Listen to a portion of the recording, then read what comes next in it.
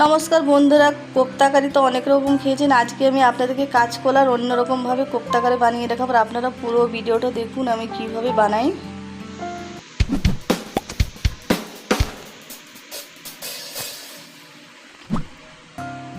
আর আমি এখানে 4টে কাঁচকলা আমি সেদ্ধ করে নিয়েছি, দেখুন। আর সেদ্ধ করার পরে খুব ভালো করে আমি ঠান্ডা করে নিয়েছি। এবারে কলার খোসাটা আমি ছাড়িয়ে নিচ্ছি। আর সেদ্ধ করাটা আপনাদেরকে দেখাতে পারিনি আমি। আর দেখুন খোসা ছাড়ানো হয়ে গেছে। আর এবারে আমি কড়াই দিয়ে দিচ্ছি সরষের তেল।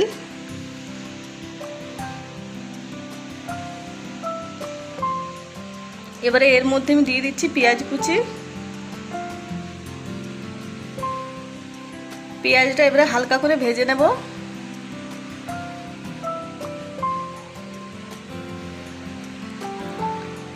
পেঁয়াজটা হালকা করে ভেজে নিয়েছি। এবারে দিয়ে দিচ্ছি আদা রসুন কাঁচা লঙ্কা বাটা, দিয়ে দিচ্ছি জিরের গুঁড়ো,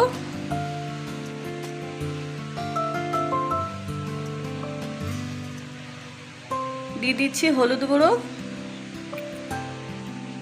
আর এবারে দিয়ে দিলাম নুন পরিমাণ মতো। আর একটু জল দিয়ে মশলাটা ভালো করে ভেজে নেব।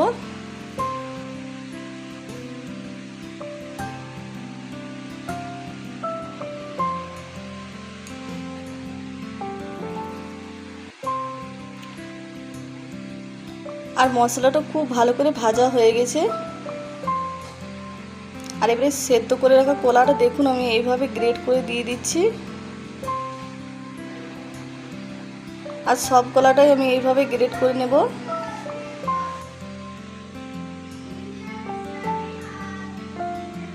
আর এখানে দিয়ে দিচ্ছি, দেখুন আমি এক টুকরো নিয়েছি পনির, আর পনিরটা আমি গ্রেট করে দিয়ে দেবো।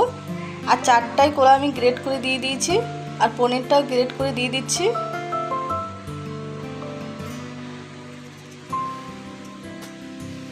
আর দেখুন কলা আর পনির খুব ভালো করে গ্রেট করা হয়ে গেছে। এবার মশলার সঙ্গে ভালো করে মিশিয়ে নেব। আর এটি খুব বেশি ভাজার দরকার নেই, 1-2 মিনিট ভালো করে নেড়ে চেড়ে নামিয়ে নিলেই হয়ে যাবে, কারণ মশলাটা আমি খুব ভালো করে ভেজে নিয়েছি। আর দেখুন ভাজা হয়ে গেছে। এবারে এটা আমি নামিয়ে নেব। আর এটা একটা থালার মধ্যে নামিয়ে নিচ্ছি। আর এটা ভালো করে ঠান্ডা করে নেব। আর কিছুক্ষণ ঠান্ডা করে নিয়েছি। এবারে দেখুন এখান থেকে একটু একটু করে নিয়ে এরকম ছোট ছোট বলের মতন বানিয়ে নেব।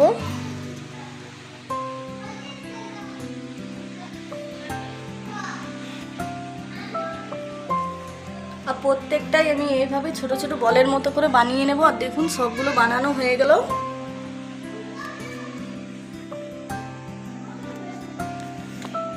আর একটা বাটির মধ্যে আমি নিয়ে নিয়েছি বেসন। দেখুন বেসনের মধ্যে দিয়ে দিচ্ছি পরিমাণ মতো নুন, আর দিয়ে দিচ্ছি হলুদ গুঁড়ো। আর এবারে একটু জল দিয়ে বেসনটা ভালো করে গুলে নেব।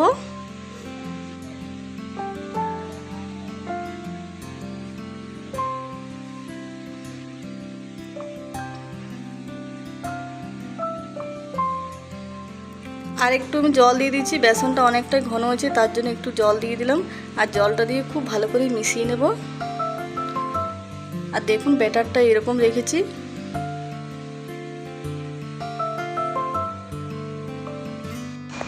আর এবারে আমি কোপ্তাটা ভেজে নেব।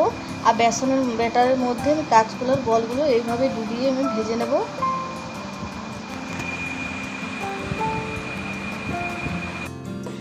আর আগে থেকে তেল গরম হতে দিয়ে দিয়েছি, সরষের তেল আমি ভেজে নিচ্ছি। আর এই রেসিপিটা সরষের তেলে রান্না করবেন, খেতে খুবই ভালো লাগে। আর এবারে আমি কোপ্তাগুলো ভেজে নিচ্ছি।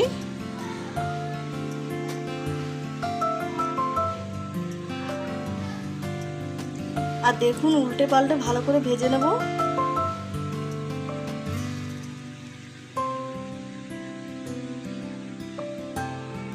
আর দেখুন ভাজা হয়ে গেছে। এবার আমি তুলে নিচ্ছি।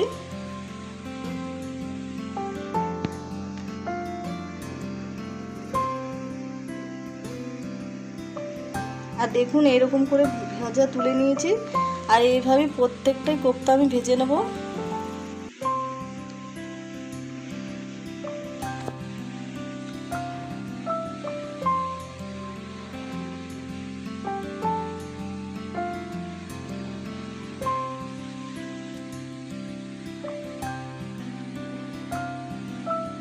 আর দেখুন সব কোপ্তা ভাজা হয়ে গেছে।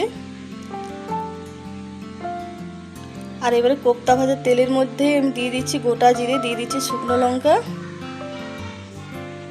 আর এবারে দিয়ে দিচ্ছি পেঁয়াজ বাটা। আর পেঁয়াজটা এবারে হালকা ভেজে নেব।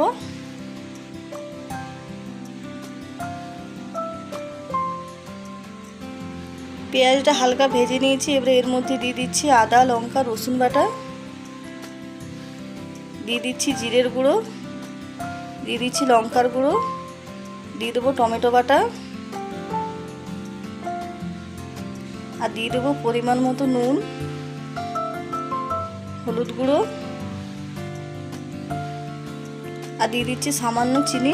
আর এবারে মশলাটা খুব ভালো করে কষিয়ে নেব। আর একটু দিয়ে দিলাম জল, যাতে মশলাটা না পুড়ে যায়, তার জন্য একটু জল দিয়ে দিলাম। আর এবারে মশলাটা খুব ভালো করে কষিয়ে নেব। আর মশলাটা দেখুন খুব ভালো করে কষানো হয়ে গেছে। এবারে দিয়ে দিচ্ছি আমি এখানে দই, আর দই দেওয়ার পরে আবার কিছুক্ষণ মশলাটা কষিয়ে নেব।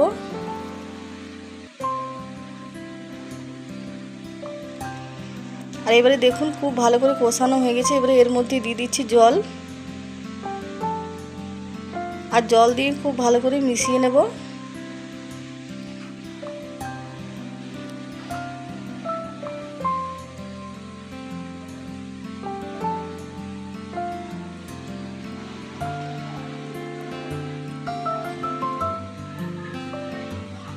আর ঝোল দেখুন ফুটে উঠেছে। এবারে ভেজে রাখা কোপ্তা আমি দিয়ে দেবো ঝোলের মধ্যে।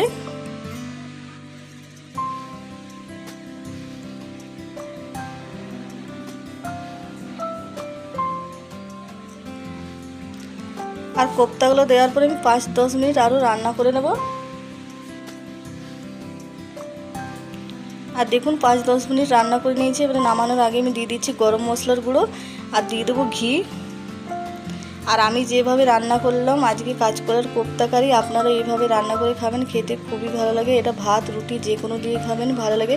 আর সামনেই জামাই ষষ্ঠী আসছে, জামাইকে এইভাবে বানিয়ে খাওয়ান, জামাই খুশি হয়ে যাবে। আর আমার ভিডিওটা পছন্দ হলে প্লিজ লাইক শেয়ার কমেন্ট করবেন। আর এবারে এটা আমি নামিয়ে নিচ্ছি দেখুন। আর দেখতে যতটা সুন্দর হয়েছে বন্ধুরা, খেতেও ততটাই ভালো হয়েছিল। আর এবারে নামিয়ে নিচ্ছি। নামানোর পর একটু দিয়ে দিচ্ছি দেখুন গ্রেট করা পনির, এটা দেখতেও ভালো লাগছে।